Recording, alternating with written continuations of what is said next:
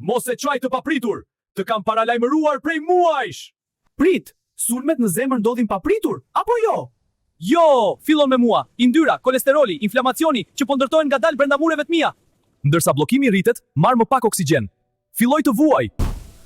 Aha, kjo është arsyeja pse ka presion në gjoks? Po, ngushtësi, djegje, dhimbje që përhapet në krah, nofull, ndonjëherë vetëm lodhje. Por ti e ingjoron.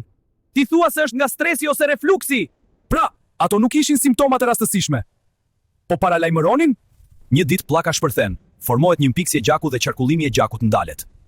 Dhe kur oksigjeni zhduket, muskujt e mi fillojnë të vdesin. Ky është ataku në zemër. Nuk është e papritur, është kapitulli i fundit i një historie që trupi yt ka qenë duke treguar.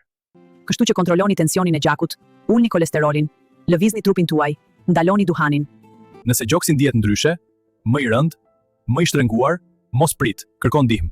Dëgjoj kur përshpëris që të mos më duhet të bërtas.